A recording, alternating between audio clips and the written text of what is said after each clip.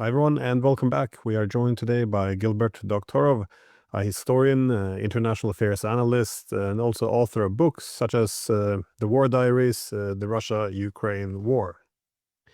So I tend to be more pessimistic than you in terms of the future of this war, the ability to reach some peaceful settlement. But I was struck a bit by some optimism now with this recent meeting, that is Witkoff going to Moscow. And again, anyone familiar with the NATO-Russia relation over the past 30 years are probably aware that deception has been a key component. And but what we saw is the deadline expired. That is what began as a 50-day, then became a 10-day deadline, and instead of sending weapons and sanctions, at least for now, Witkoff went to Moscow, and his peers were getting a meeting between Putin and Trump. What are you reading into this quick development? Do you see something which has happened behind the scenes, or is this just noise? Well, a lot of things clearly have happened behind the scenes, and for that reason, it's difficult to judge the degree of agreement that Bitkov reached with his Russian counterparts, Putin and this uh, Ushakov and who else was there? Kirill Dmitriev. Um, Look, in my recent interviews, I've looked at comments. One of them was, "Oh, Doctorow has become really an apologist for Trump."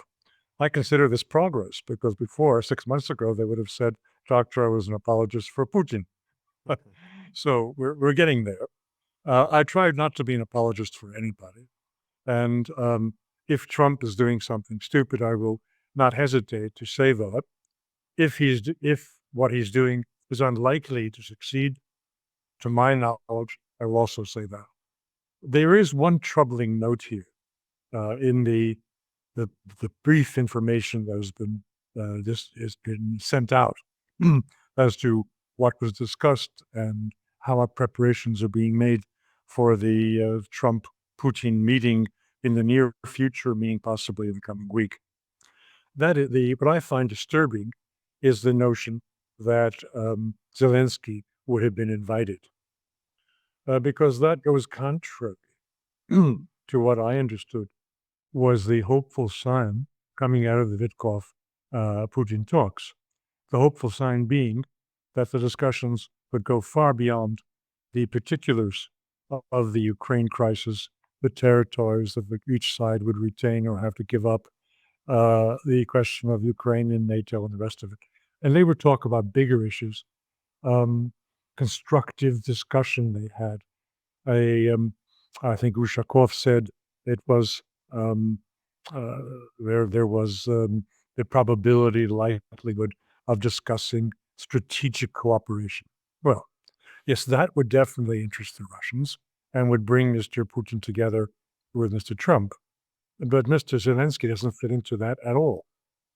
And so if indeed Zelensky were to be invited, then that puts in question the first point. Are they discussing only Ukraine and only the terms of the ceasefire, or are they discussing the issues which the Russians really want to talk about? Now, what are the issues the Russians want to talk about?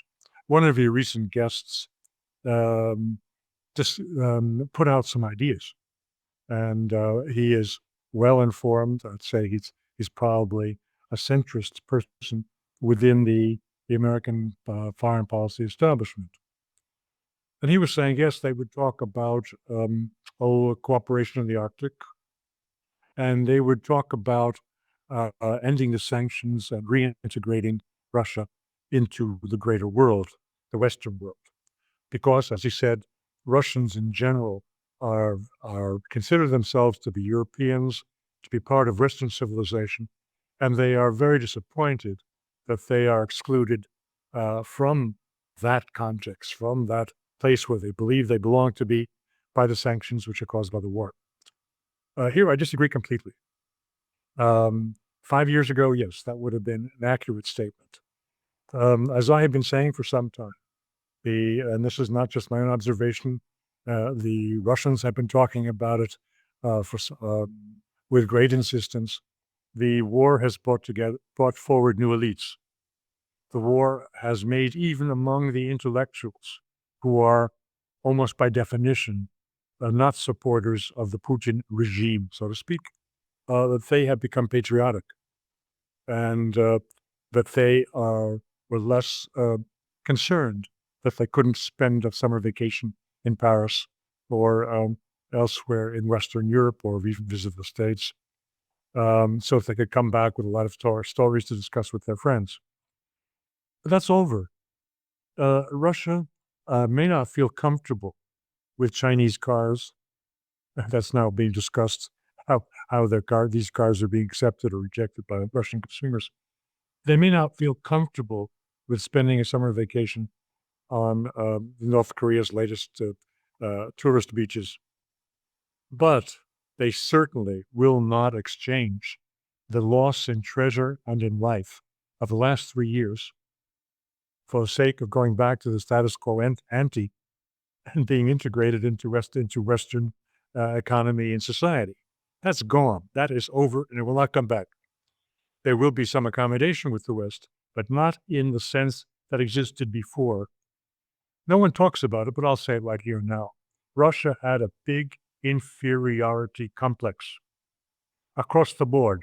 Anyone you spoke to, other than a handful of super patriots, before this war, the predominant feeling in Russia was, we can't make anything.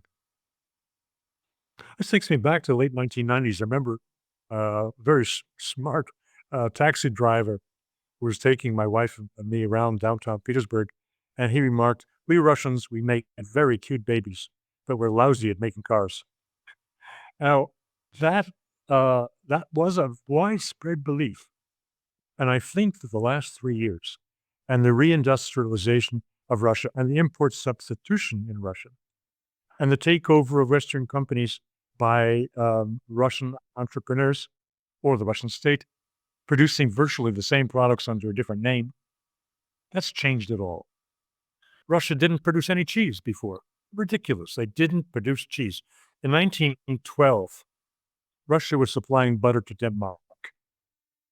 This is not my guess. I have a yearbook on my library shelf. A 1912 yearbook was published in the UK. They're all describing all the trade relations between Russia and UK and the West. And they were exporting butter to Denmark. Well, they weren't making any cheese. Well, they're making all kinds of cheeses now. As I said before, what Mr. Trump wants to do with his tariffs is to imitate what the Russians have done, thanks to Western sanctions, to reindustrialize. So the game has changed. The idea that this could be an issue for discussion that would bring Mr. Putin, Mr. Ushakov, Dmitriev to the table, and let's get it on with it. We'll have an immediate ceasefire, and you'll put us back into the European and American markets. That's gone. So what could they talk about? What is the big issue that would have persuaded Mr. Putin and his close advisors that they should meet with Trump now? What could Mr. Vitkov have brought with him? Well, I think he had to have addressed the core issues.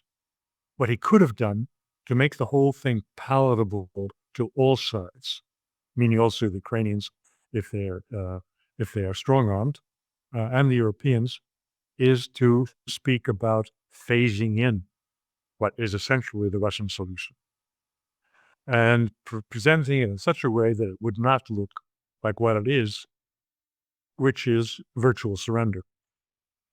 Virtual surrender is not acceptable to NATO, is not acceptable to the United States. Mr. Trump will be pilloried if he does nothing to sweeten the settlement and to make it seem as though he's in control. All the news we see on every possible subject these weeks has one newsmaker, and his name is Donald Trump. It gives you the sense that he's in control of things, even if he absolutely is not. And he is certainly not in control of how this war will end.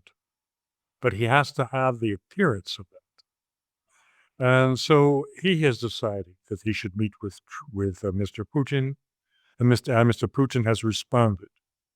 Although, if you read yesterday's and today's Financial Times, if you listen to the BBC this morning, you would understand that Putin was eagerly pursuing Trump for a meeting because that will restore his prestige as an international player.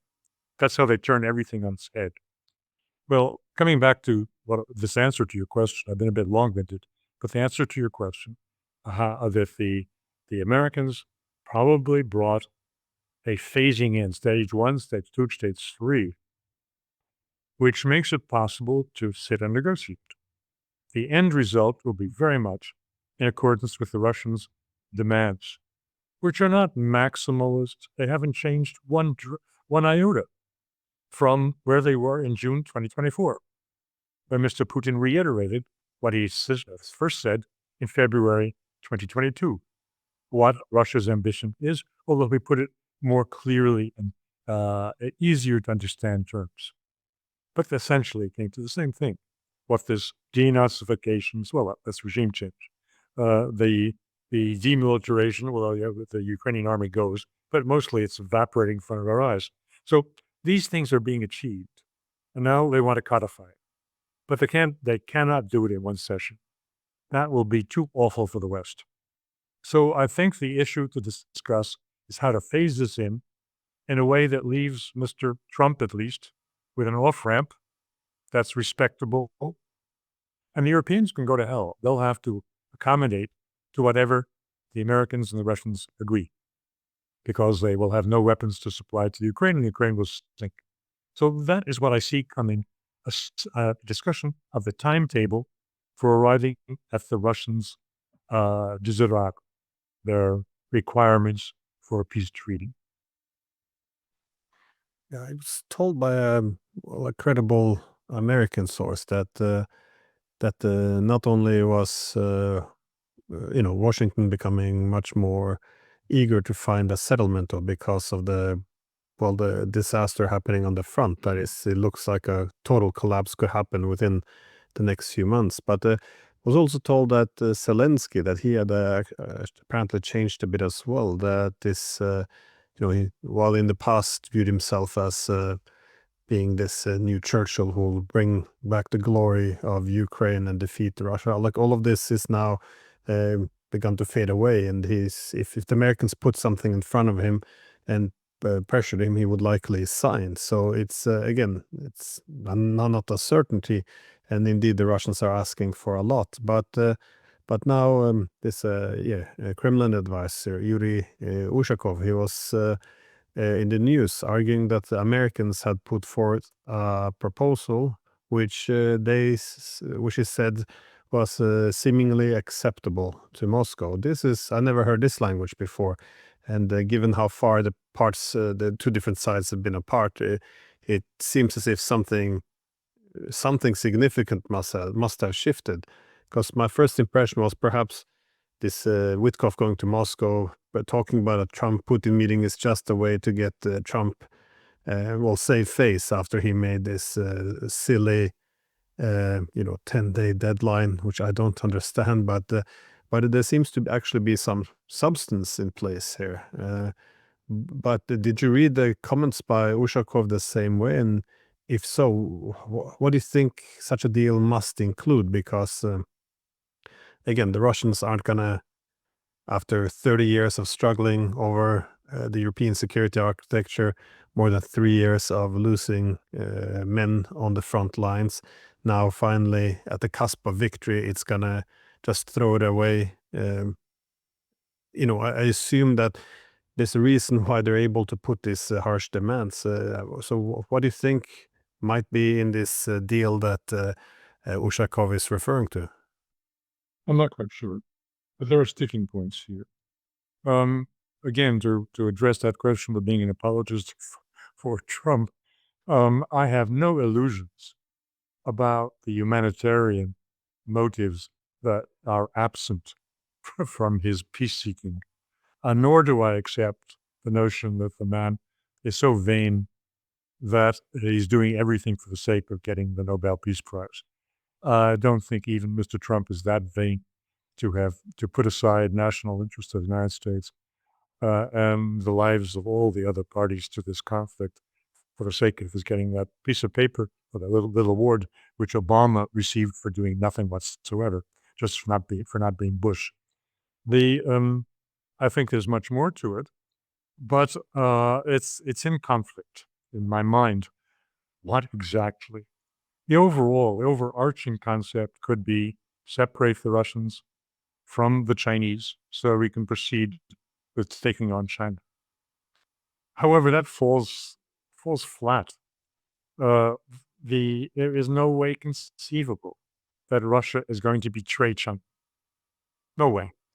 When I said the other day that Mr. Witkoff could have been talking to Dmitriev about getting access to Russian-produced rare earth metals, as a point for negotiation or preparing for negotiation with the Chinese in the coming week or two, where the Chinese are withholding those urgently needed materials to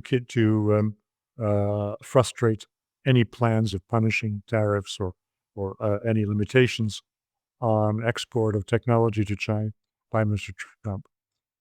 It is inconceivable that Mr. Putin will give free access to Russian rare earth metals to spite China. That is off the table. So what exactly Mr. Trump hopes to achieve, considering that Russia and China are inseparable, I'm not quite sure. So we really have to look a little bit further. And I'm not sure that Mr. Trump his advisors are blind to that reality. I also have mentioned the timing, coming back to why 10 days or 50 days, because September 3rd is inconvenient. It's too close to the convening of this end of the Pacific War for World War II. The 80th anniversary celebrations will be in Beijing, to which Mr. Trump presumably is desperate to be invited. That is possible. It suggests that the Yalta-type meeting that we all thought might possibly happen when Moscow celebrated the 80th anniversary of the end of the European War and didn't happen, maybe would happen now in the Pacific in Beijing. It's possible. As I've said recently, I don't have a microphone under Mr. Putin's pillow. We really don't have a microphone under Mr. Trump's pillow. And there are contradictory objectives when you look at what he says and even what he does. To complicate our reading of these tea leaves, attempting to make sense out of it all. It could be that they still have some illusions or delusions with respect to separating Russia from China. I find it hard to believe, but Americans can be peculiar. What else could be going through their minds? What else they could be using to reach a quick accommodation with Mr. Putin without looking like they've lost the war? And I think Putin will be very amenable to helping them off on the off-ramp. He's certainly smart enough. He did that with Obama with respect to the bombing Syria over the alleged use of chemical weapons. So he knows how to let his opponents off the hook, getting what he wants without embarrassing them to the point where he's got enemies. But for me right now, it's a bit hard to say just how this trick will be done. Yeah, I would have been more reassured if I heard some talks about actually the European security architecture, because so far there's been too much reference to an unconditional ceasefire, and Trump still in his language. I mean, there's a contradiction. His language still refers to this as if it would be a war between Ukraine and Russia, which is problematic for the peace efforts if it takes NATO and America's role out of this. On the other hand, he calls the war Biden's war, which Biden began by pushing NATO. So it's very it's not very consistent. If it's Biden's war, how is it only limited between Ukraine and Russia? But again, with Trump, you never know what is the noise and what does he actually know. I was wondering though how you read his. If you think Trump is misinformed either deliberately or just out of ignorance by his advisors, because from Trump we hear these comments such as I think he said there's 20,000 Russians dying a month, which is it doesn't make any sense in any way. It's quite outlandish. And also when he was asked about what's happening in Ukraine, elderly people being dragged to the front, and he said, "Oh, I don't know anything about that." And now, of course, putting this deadline to begin with, the 10-day deadline, what if he knows that Russia considers this to be an existential threat, they're willing to fight this all the way, why would he think that they would capitulate now? In other words, accept freezing the front lines and allowing NATO to revive the conflict in the future if they would need to put pressure on Russia. I mean, it doesn't make any sense. Like, this was always ridiculous that that the Russians would accept this. Is this misinformed, or is it just talking to his own base, or what is he? I have a very hard time understanding some of the strange information and decisions which are coming out. Well, they'll confuse the other side, but don't confuse yourself. I would take as an operating assumption that he is not confused, and that all of these confusing and oftentimes very bizarre statements that come out of him are intended, are a demonstration of his contempt for the press and for his opponents, who are the most vocal um, elements of society at large. The silent majority doesn't say much. His opponents say a lot and are heard a lot, and what they say is picked up by media. There are contradictions here, and I think it's much too early for us to present with clarity what is going to happen when they meet and what is the intended outcome, why the Russians would have agreed to this meeting when it goes against all of their rules. Russian television is informing us that, yes, contrary to the general rule of preparing in great detail and over considerable time for summit meetings, the Russians are prepared this time to make an exception and to hold this very quickly, and they're working like mad. The Americans are working like mad to observe this shortened schedule. Supposedly, it's about agreeing a ceasefire, but I don't believe that. There's no way that the Russians can accept a ceasefire when the Europeans are not present at this. The Americans, by definition, are not going to be supplying further weapons to Ukraine. The Europeans are. And the Russians do not accept, under any condition, that a ceasefire will take place while weapons are being dispatched into Ukraine. So that is a non-starter. There's something else going on in Ukraine. We don't know it.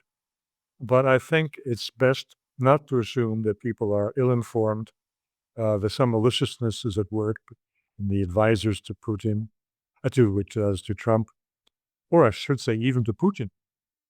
One very well-known former economist and at a high level in American politics is insisting that Mr. Putin is being deceived and misled by his advisors. I think it would be safe just to hold back and let's see what happens at this meeting. But there are definite contradictions in the structure of the meeting, which I just called out now. How can you agree on the ceasefire when the Europeans aren't present?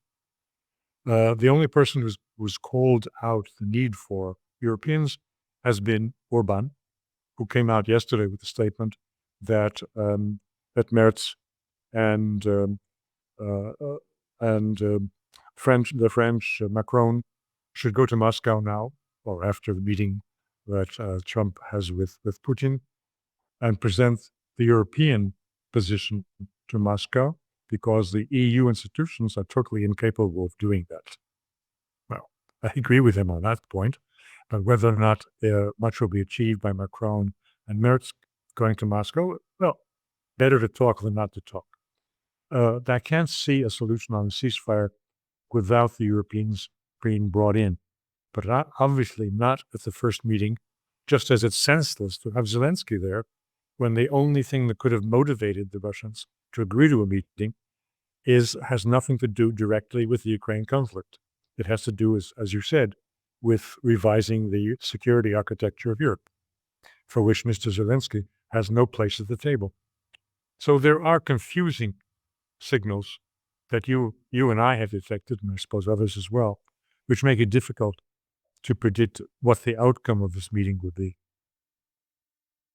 Yeah, I got that impression both from some Americans and Russians that they need to first get the big pieces in place. That is the European security order, which effectively means the relationship between the Americans and the Russians. And then once this is in order, then the Ukrainian issue can be resolved. So you want to deal with it in the right order. And I also been told that, that they have the same, both the Moscow and Washington have the same views of the Europeans that, yes, they have to be brought in, but first after the decisions have been made. So, and then, if you can get the Washington, Moscow, and then get the Kyiv to sign under, then the Europeans will just be a formality, I guess. But let's say this, I wonder what the post-war settlement might look like when the war is done, because in terms of the wider European order, if you thought about this, let's say next week they hash out the deal. I'm not that optimistic, but and the war can come to an end within a few weeks. The Russians make the point that they have to deal with the Americans because they have to. This is America remains a very important part of the international system, and also if you want the world to function and have stability, Russia and America always have to work together. But as you suggested before, there's this longing to return to Europe. It seems to be gone. Indeed, when you talk to migrants from Russia in Europe, many said that they were initially surprised. They knew that Russia was always a bit mocked for, being an economic mess, but they were surprised about how much hatred there is towards Russians. But now, of course, this inferiority complex, it's more or less gone. I guess this is what happens when you defeat NATO on the battlefield, but it's also the sense of admiration for Europe, which is gone. I mean, throughout the Cold War, yes, there was some animosity towards Western governments, as you would, but overall there was some admiration for the way society was organized, the economies we had, the social systems, the technologies. There seemed to be some moral or values, but now, of course, a lot of this is seen as decaying, and indeed the culture wars we're having, where everything has to be deconstructed. This has become a source of mockery in the Russian media. I'm just, how much? What do you think, or your sense? What kind of relationship do you think the Russians want with Europe once this war is actually over? No, I think they would be very happy to go back to their position as very close economic partners of Europe, without taking it to the embarrassing extreme that Macron described several years ago. Russia was a great supplier of raw materials. I think that notion is not satisfactory or sufficient for restoring economic ties with Europe. But let me just make an attempt. What could they possibly have said to President Putin? What Witkoff could have brought with him that would be considered constructive and could justify this meeting? And let's put it in historical context. What did the Americans and Russians, who disliked one another, who didn't necessarily respect one another, always put forward as the first topic for discussion? Arms control. Arms control. That is the most value-neutral thing that they could discuss next week, which would set the tone for solving all the other issues, which would receive the undeserved acclaim in Europe and in the United States. If they were to discuss restoring the intermediate and short-range missile agreement in a new form, and preventing or removing the advanced positioned Russian missiles and the plans for stationing American missiles in Germany next year, that would be hailed by everybody.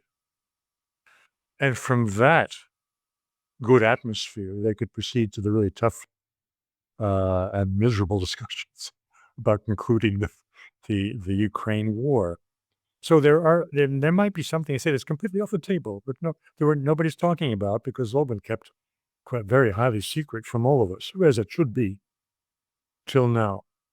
So I wouldn't eliminate the possibility some concrete, positive, and promising could come out of a meeting between Putin and Trump next in a week's time.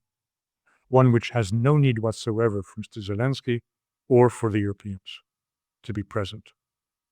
And that could set the tones, I'd say, for dealing with the really tough questions of resolving the Ukraine war and also revising European architecture. If you take off these 5-minute long delivery time or strike times of missiles within the European theater, life gets a lot easier. You can breathe much easier, and the tension over European security would be toned down considerably. So that could be it, but it's a guess. It's nothing more than a guess. Well, yeah, no. Well, this is a problem when the diplomacy, of course, is behind closed doors.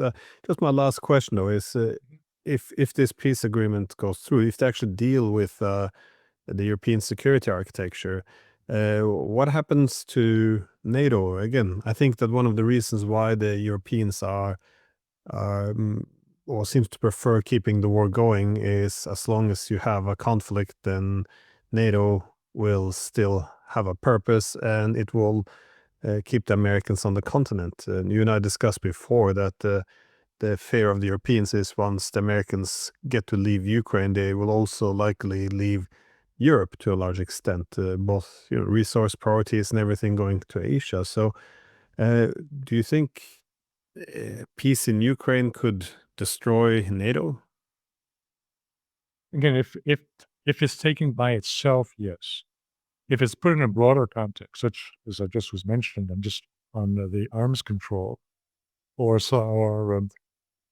also with regard to new technologies, and putting a lid on drone warfare, putting a lid on AI warfare, robotics, putting a lid on these new technologies, which are awesome, frightening, and drive the anxiety on all sides, then these other issues, the traditional issues of territory and language rights and the rest of it, become much easier to deal with.